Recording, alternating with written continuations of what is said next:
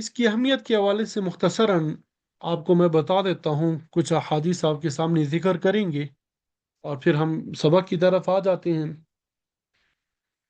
ہمارے پیارے نبی صلی اللہ علیہ وسلم نے فرمایا، تعلموا الفرائض وعلموه الناس فإنه نصف العلم وإنه ينسى وهو أول ما ينزع عن أمتي۔ ابو ہریرہ رضی اللہ تعالی عنہ سے روایت ہے کہ آپ صلی اللہ علیہ وسلم نے فرمایا، تعلم الفرائض، تم فرائض یعنی علم میراث کو سیکھو،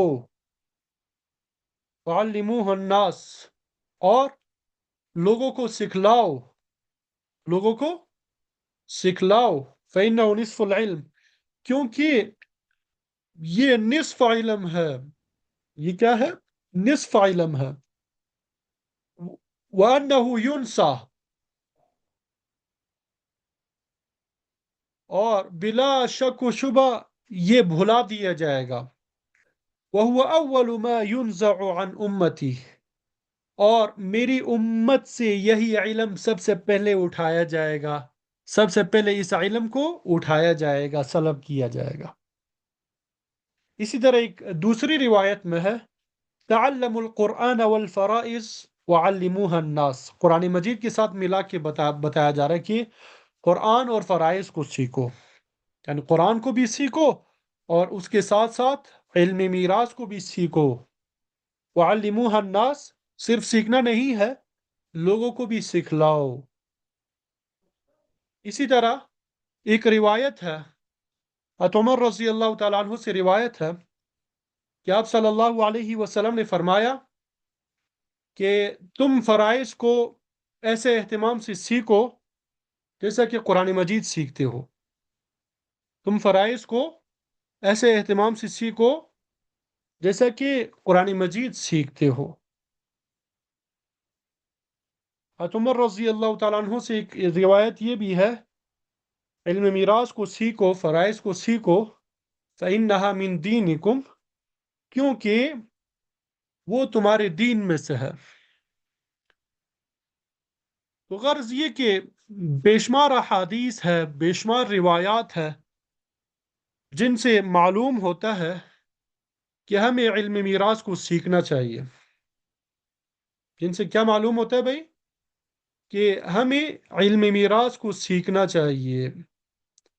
صرف علم میراث کو سیکھنا یہ کافی نہیں ہے، بلکہ اس کو سیکھ کر پھر اس کے مطابق عمل کرنا یہ بہت زیادہ ضروری ہے۔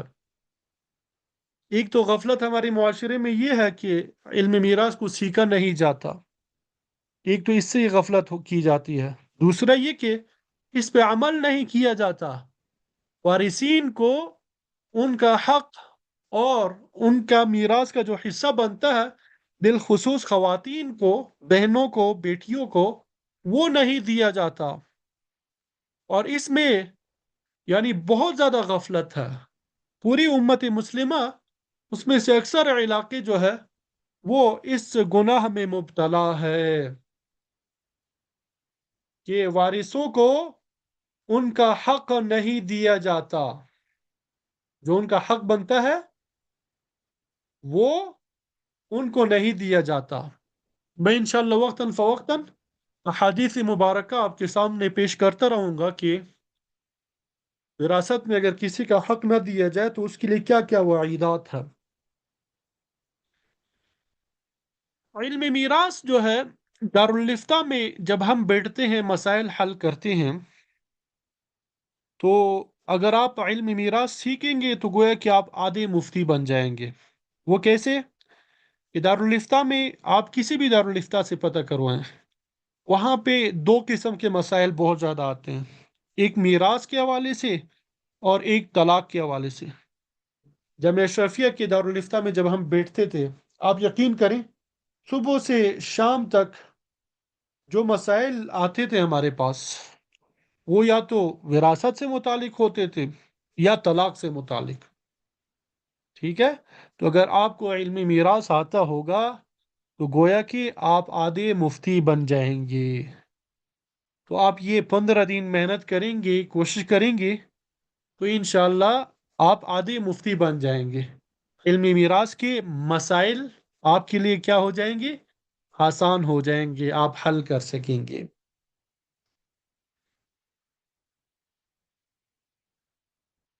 ہمارے استاد محترم تھے، بڑے اللہ والے تھے، مولانا انس چترالی صاحب رحمۃ اللہ علیہ۔ اللہ تعالیٰ نے ان کو بڑی پیاری موت دی۔ یہ شابان کی چھٹیوں میں چترال گئے ہوئے تھے اپنے علاقے میں، اور عید کے بعد ہی ان کا مغرب کی نماز میں انتقال ہوا سجدے کی حالت میں۔ اور پھر وہ ساتھیوں نے ہمیں بتایا کہ ان کی قبر سے خوشبو بھی آئی، اور جہاں پہ ان کی قبر بنائی گئی، یہ عید کے بعد غالباً ان کے بتیجے تھے ساتھ میں یا کیا تھے، کہ مجھے یہاں سے خوشبو کی آواز، خوشبو محسوس ہو رہی اس جگہ سے، اور یہاں سے مجھے آواز آ رہی ہے۔ پھر ان کا انتقال ہو گیا چند دنوں بعد، بڑے اللہ والے تھے۔ تو وہ ہمیں نحو میر پڑھایا کرتے تھے، بڑے درجات کے استاد تھے ہماری۔ غالباً دوسری یا تیسری کلاس سے ہم ابتدائی درجات میں تھے، تو انہوں نے ہمیں یہ نحو میر پڑھائی۔ اور پھر ایک بات انہوں نے ہمیں سمجھائی کہ بھائی دیکھو، آپ یہ صرف نحو پڑھتے ہیں لیکن اعراب وغیرہ لگانا آپ لوگوں کو نہیں آتا۔ وجہ اس کی یہ ہے کہ آپ قواعد یاد کرتے ہیں بغیر کسی ترتیب کے، کوئی ادھر پڑھا ہے، کوئی قاعدہ دوسری جگہ، کوئی تیسری جگہ۔ پھر مثال دی حضرت نے، لائبریری جو ہے، آپ کے پاس کتابیں موجود ہے، ساری کتابیں آپ کو معلوم ہے کہ میرے پاس فلانی کتابیں موجود ہے، لیکن آپ نے ان کتابوں کو مرتب انداز سے نہیں رکھا ہوا، بغیر ترتیب کے ایک ڈھیر لگا دیا کہ یہ کتابیں ہیں۔ اب آپ کو یہ کتاب کی ضرورت ہے، آپ کو یقینی طور پہ معلوم بھی ہے کہ یہ کتاب میں نے خریدی تھی، میرے پاس موجود تھی۔ آپ ڈھونڈتے رہیں گے، گھنٹہ 2 گھنٹہ، اگر زیادہ کتابیں ہوں گے پورا دن بھی گزر جائے گا، وہ کتاب آپ کو نہیں ملے گی، کیونکہ ترتیب سے آپ نے کتابیں نہیں رکھی۔ اب دوسرا بندہ ہے کہ اس نے مرتب انداز سے اپنی کتابیں رکھ دی، احادیث کو ایک جگہ رکھ دیا، تفاسیر کو دوسری جگہ، فقہ کو تیسری جگہ، مرتب انداز سے کتابوں کو رکھا۔ اب جب اس کو کسی کتاب کی ضرورت ہوگی، فی الفور جو ہے وہ کتاب تلاش کر کے نکال سکے گا، اس کو کوئی پریشانی اور دقت محسوس نہیں ہوگی۔ حضرت فرماتے تھے کہ بالکل اسی طرح جب آپ علم سیکھ رہے ہوں، چاہے وہ کوئی سا بھی علم ہو، تو اس کی معلومات جو ہے، اس علم کے قواعد اور ضوابط جو ہے، اصول جو ہے، اس کو مرتب انداز سے اپنے دماغ میں بٹھاؤ، اپنے دماغ میں رکھو، تو پھر اس علم کا بہت زیادہ فائدہ ہوگا آپ کو۔ آپ جب عبارت پڑھیں گے، فی الفور قاعدے خود بخود لگتے جائیں گے کہ بھائی یہاں پہ رفع پڑھنا ہے، یہاں پہ نصب، یہاں پہ جر۔ اس کی ایک دوسری مثال ہم اس طرح لیتے ہیں، ہم نے کسی شہر میں جانا ہے۔ اب دو صورتیں ہیں، کہ ہمیں معلوم نہ ہو بھائی کہ وہ گھر کہاں پر ہے، نقشہ ہمارے پاس نہ ہو، اس گھر کا خاکہ نہ ہو، تو اب ہم کبھی ایک سے پوچھیں گے، کبھی دوسرے سے، کبھی تیسرے سے، یعنی کسی نہ کسی طریقے سے پہنچ جائیں گے، لیکن بڑے ذلیل و خوار ہو کے، اور بہت تھک جائیں گے پہنچیں گے۔ دوسری مثال یہ کہ ایک بندہ ایسا ہے کہ بھئی اس کے پاس نقشہ ہے پورے شہر کا، جگہ بھی معلوم ہے کہ بھئی ہم نے یہاں پہ جانا ہے، گوگل میپ کی مثال لے لیتے ہیں، تو اب وہ جب نقشہ ساتھ ہوگا تو وہ فی الفور پہنچ جائے گا، کوئی تکلیف نہیں اٹھانی پڑے گی۔ تو کوئی بھی آپ فن یا علم سیکھیں تو پہلے آپ کے پاس نقشہ ہونا چاہیے۔ یہ علم جو ہے یہ بھی تو ایک شہر ہے، آپ کو پتہ ہو کہ بھئی اس علاقے میں کیا چیزیں ہیں، اس علاقے میں کیا ہے، فلانی جگہ کیا ہے، تو آپ کے لیے آسانی ہوگی، وہ جگہ آپ کے لیے مانوس ہوگی، مشکل نہیں ہوگی۔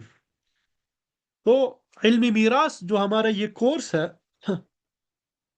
15 دنوں پہ جو مشتمل ہے، یہ آپ لوگوں کی آسانی کے لیے 15 دن ہم نے مقرر کیے ہیں، ورنہ یہ 3-4 دنوں میں مکمل ہو جاتا ہے۔ یہ 3-4 دنوں میں بھی کیا ہو جاتا ہے، مکمل ہو جاتا ہے، تاکہ آپ لوگوں پہ زیادہ بوجھ نہ ہو، اس لیے میں نے 15 دن رکھے ہیں۔ تو یہ علمی میراث کورس میں ہم یہ 4 چیزیں پڑھیں گے، یہ آپ کے سامنے موجود ہے۔ یہ 4 چیزیں کیا ہیں؟ نمبر 1، خلاصۃ المیراث، گویا کہ یہ ایک علاقہ ہے، علم میراث ایک شہر ہے، اس میں کہ ایک علاقے کا نام کیا ہے؟ خلاصۃ المیراث۔ تو علم میراث کا خلاصہ جو ہے،